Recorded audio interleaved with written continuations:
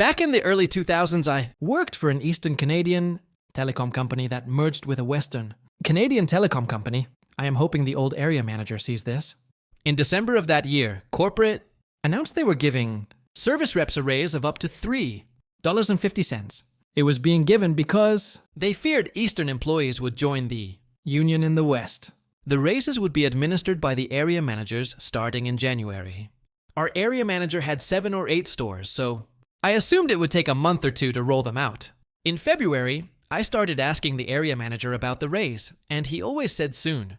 I asked him 5 or 6 times between February and May. Eventually, I realized he was delaying as long as possible to pump up his quarterly bonuses. In early May, I wrote a strongly worded 4-page letter and saved it for the right moment. The right moment arrived on the Friday of the May-long weekend.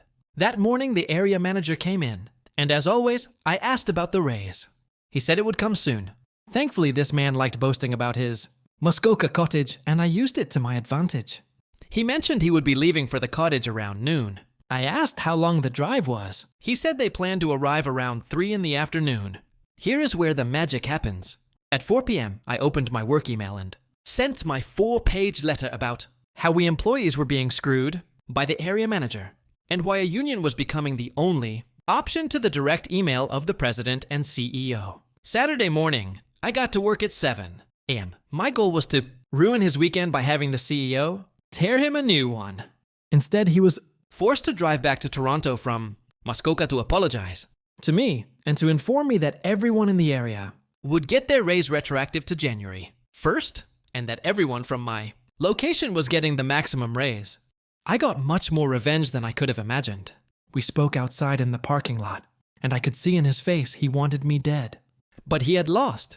He told me I ruined the weekend for him, and he would have appreciated if I had spoken to him first.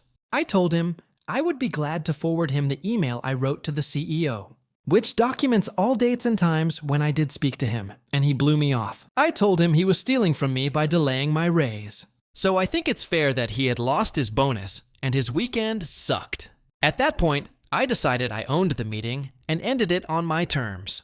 I said there was nothing more to discuss, and that I was going into the store. I gave him the nastiest goodbye. I told him to have a great drive to Muskoka. I hear it is quite scenic, and walked away.